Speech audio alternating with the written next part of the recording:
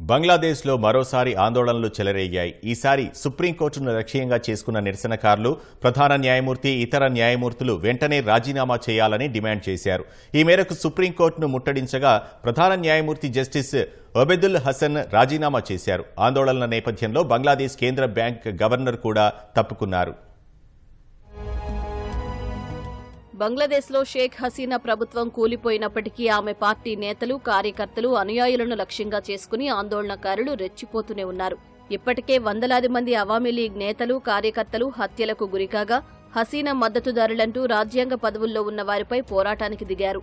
ఈ క్రమంలో బంగ్లాదేశ్ సుప్రీంకోర్టు ప్రధాన న్యాయమూర్తి జస్టిస్ ఒబైదుల్ హసన్ పదవి నుంచి తప్పుకోవాలంటూ కోర్టు ఎదుట పెద్ద ఎత్తున ఆందోళనకు దిగారు.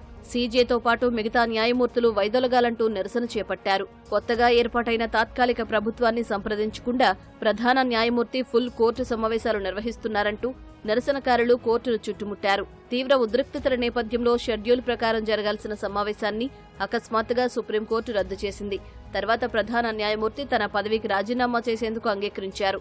గత ఏడాది బంగ్లా సుప్రీంకోర్టు ప్రధాన న్యాయమూర్తిగా నియమితులైన ఆయనకు షేక్ హసీనా విధేయుడిగా పేరుంది.